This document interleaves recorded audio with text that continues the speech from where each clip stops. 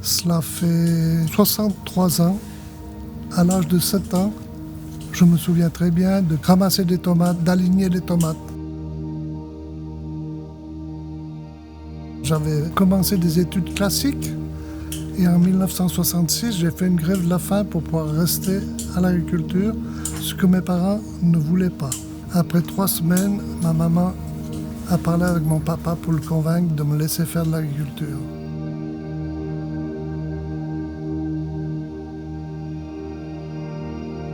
Mon père a commencé avec un petit tunnel et on s'est développé gentiment. En 1980, on a commencé la construction des serres et gentiment, on s'est focalisé sur la culture de tomates.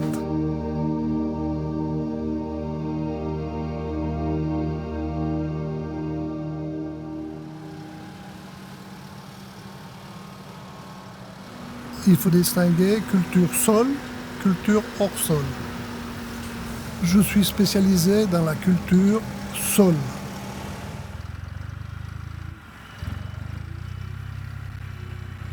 Pour avoir une bonne tomate, il faut une bonne terre. Après, il faut une bonne eau. Et l'ingrédient principal, le soleil, sans quoi on ne peut rien faire. J'avais loué un bout de terre pour un jardin français qui est horticulteur. Il a dit une terre fantastique, vous passez le matin avec la voiture, vous jetez par la fenêtre la semence, vous repassez un mois après, tout qui pousse. On a la meilleure terre. Maintenant, si on a des meilleurs hommes, ça c'est autre chose.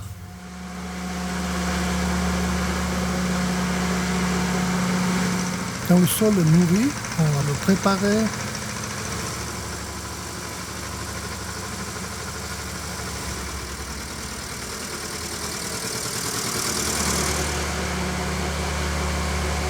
Le climat valaisan est un avantage pour la culture de tomates. Qu'elle soit à l'extérieur dans les jardins, qu'elle soit à l'intérieur des serres, c'est reconnu dans toute la Suisse.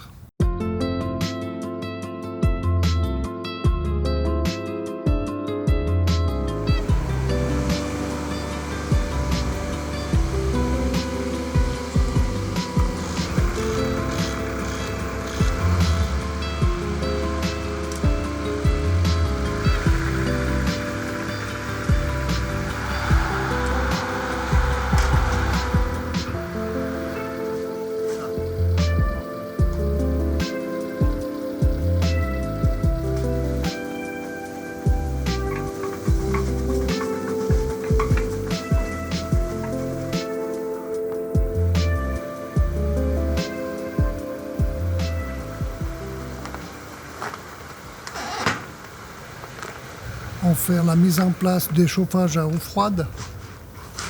Ce sont des boudins remplis d'eau. Ça fait 25 ans qu'on fait ce système. C'est quelque chose qui marche bien en Valais parce qu'on a pratiquement tous les jours du soleil. Si on n'a pas de soleil, ça ne chauffe pas le boudin, le chauffage ne fonctionne pas.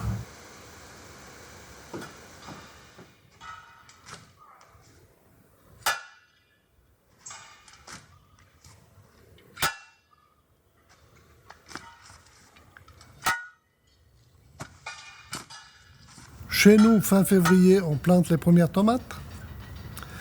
Quand on va arriver vers le 15 mai à maturité et qui vont finir début octobre.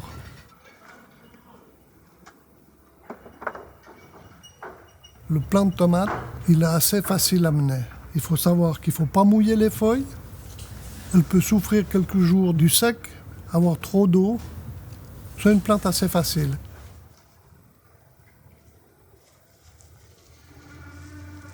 En cultivant sous serre, en fait, on contrôle beaucoup mieux le climat.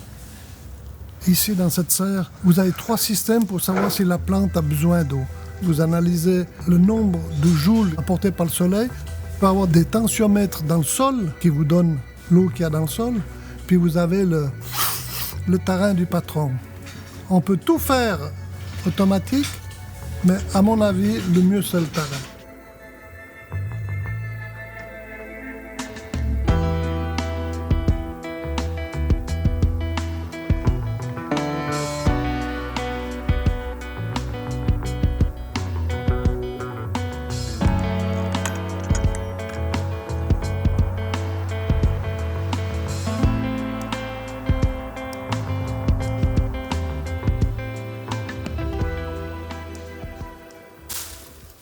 Voilà une fleur.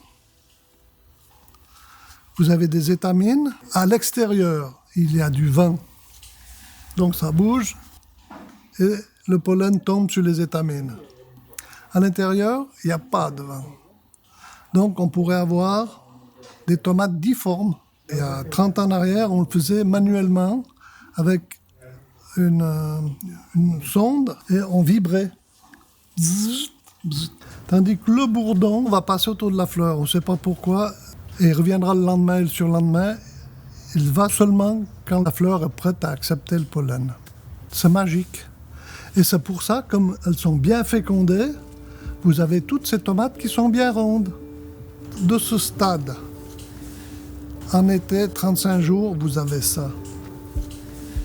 Il faut savoir que depuis la première grappe mûre jusqu'au sommet, il faut au minimum 14 vraies feuilles pour que la plante puisse continuer de se régénérer.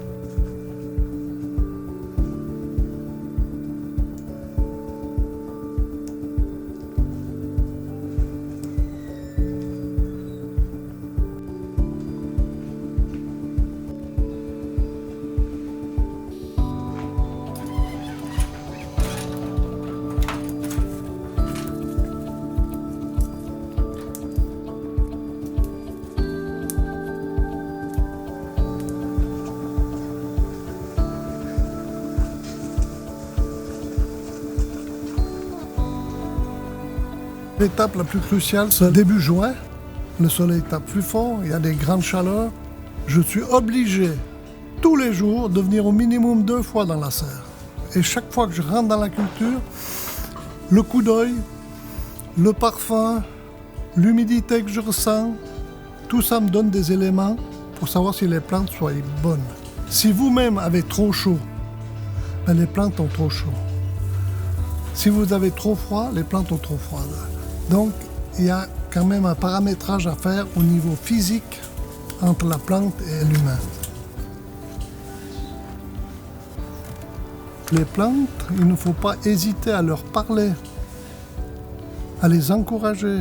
Quand on fait le tour du domaine, ligne par ligne, vous voyez, il y a des plantes qui sont un peu plus chétives. Je profite de les toucher et puis de l'encourager en lui disant « Regarde un peu ce qu'ils font les autres, tu n'es pas obligé de faire comme les autres, mais essaye de booste-toi un peu. »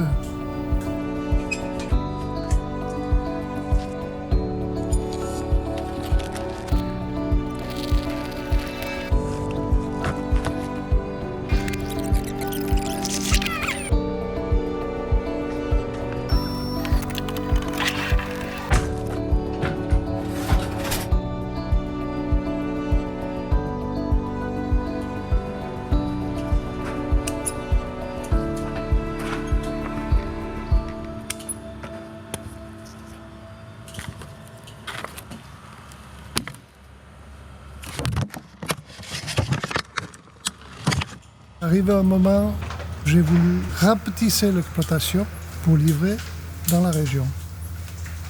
Augmenter une exploitation, c'est relativement facile. Vous prenez un tracteur de plus, 2 employés de plus. Mais pour restreindre l'exploitation, c'est très difficile. Qu'est-ce que vous allez supprimer? Finalement, on a sélectionné 22 sortes de tomates.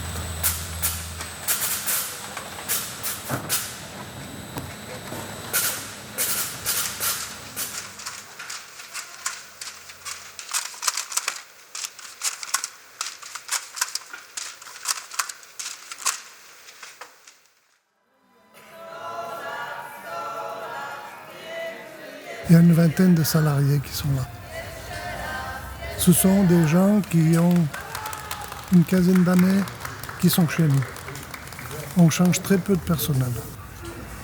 Après 15 ans qu'on est ensemble tous les jours, on est un peu famille. Et ils se confient à moi pour leurs petits problèmes, puis on tâche de les résoudre. Il fut une période dans ma vie où je travaillais de 3 heures le matin à 11 heures le soir.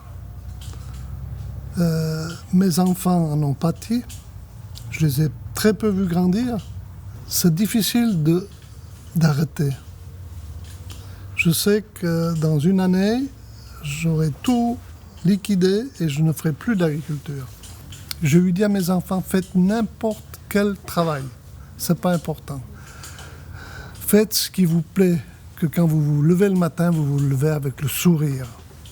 Et que vous êtes heureux, malgré que... Oui, mais il y a le voisin qui est plus fort, et puis tu vois... Mais non, il faut être heureux.